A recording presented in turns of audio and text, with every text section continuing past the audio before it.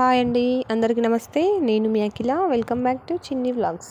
So ఈరోజు video వచ్చేసి ఏంటంటే, ఈ ఎండాకాలంలో వంటకి చలువ చేసే ఉల్లి పెరుగు పచ్చడిని ఎలా ప్రిపేర్ చేసుకోవాలో ఈ వీడియోలో చూసేద్దాం.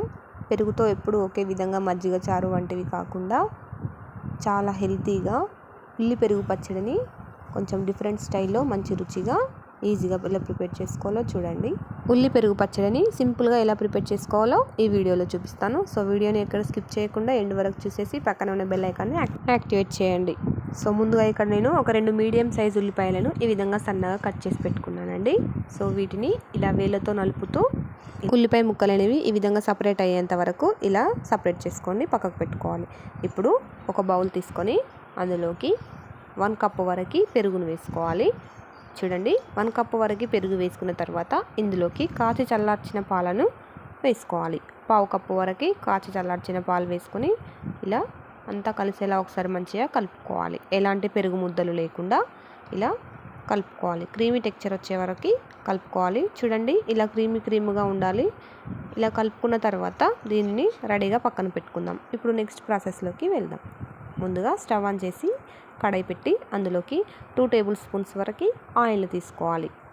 ఇప్పుడు ఆయిల్ హీట్ అయ్యాక అందులోకి 1/2 టేబుల్ స్పూన్ వరకు జీలకర్రను వేసుకుంటున్నాను. ఇప్పుడు 1/2 టేబుల్ స్పూన్ వరకు ఆవాలను వేసుకోవాలి. అదేవిధంగా ఒక 3 ఎండుమిర్చీలను కూడా వేసుకుందాం. ఇవి దోరగా ఆయిల్లో ఫ్రై కావాలి. ఇవి ఇలా ఫ్రై అవుతున్నప్పుడు 1 టేబుల్ స్పూన్ వరకు మినపప్పును వేసుకోవాలి.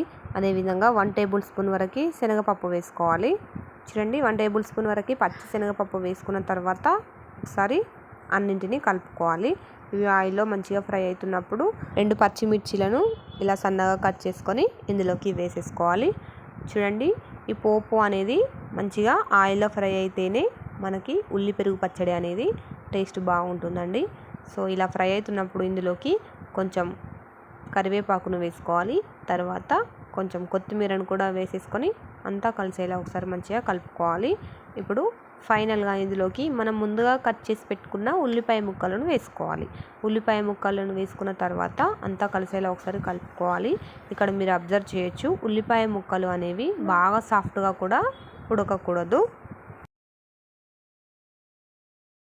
స్టవ్ని లో ఫ్లేమ్లో ఉంచి ఒక 2 నిమిషాల వరకు ఉల్లిపాయ ముక్కలను కొంచెం ఇలా ఫ్రై చేసుకోవాలి. ఇప్పుడు ఇందులోకి 1/2 టేబుల్ స్పూన్ వరకు అల్లం వెల్లుల్లి పేస్ట్ వేసుకుంటున్నానండి. అప్పుడే దంచి వేసుకున్న అల్లం వెల్లుల్లి పేస్ట్ అయితే టేస్ట్ ఇంకా బాగుంటుంది.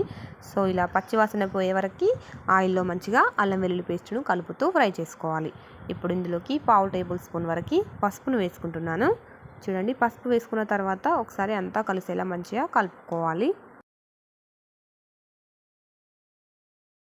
ఇప్పుడు 1/2 టేబుల్ స్పూన్ వరకు కారం వేసుకుంటున్నాను.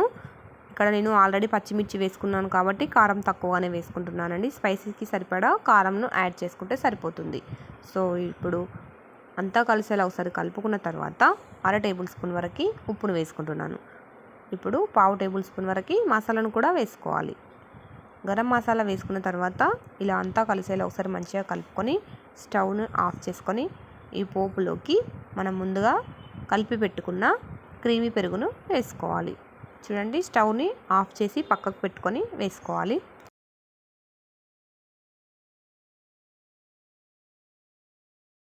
ఇప్పుడు దీనిని అంతా కలిసేలా మంచిగా కలుపుకోవాలి. ఒక 2 నిమిషాల వరకు మనం ప్రిపేర్ చేసి పెట్టుకున్న పోపు అనేది పెరుగుకి మంచిగా పట్టేలా కలుపుకొని సర్వ్ చేసుకోవడమే. హెల్త్కి కూడా చాలా మంచిది. పిల్లలు కూడా చాలా ఇష్టంగా తింటారు కాబట్టి మీరు కూడా ఒకసారి తప్పకుండా ఈ విధంగా ట్రై చేసి మీ ఫీడ్బ్యాక్ను నాకు కమెంట్లో చెప్పడం మర్చిపోవద్దు. సో టేస్టీగా ఉల్లి పెరుగు పచ్చడి అయితే మనకి ప్రిపేర్ అయింది. ఎండాకాలంలో వంటికి చాలా చలువ చేసే ఒక వెరైటీ రెసిపీని మీతో షేర్ చేశాను అనుకుంటున్నాను. సో ఈ వీడియో కనుక మీకు నచ్చినట్లయితే లైక్ చేయండి, షేర్ చేయండి, కమెంట్ చేయండి. మరిన్ని మంచి డిఫరెంట్ అండ్ హెల్దీ రెసిపీస్ కోసం చిన్ని వ్లాగ్స్ ఛానల్ని సబ్స్క్రైబ్ చేయడం మర్చిపోవద్దు. Thanks for watching our video.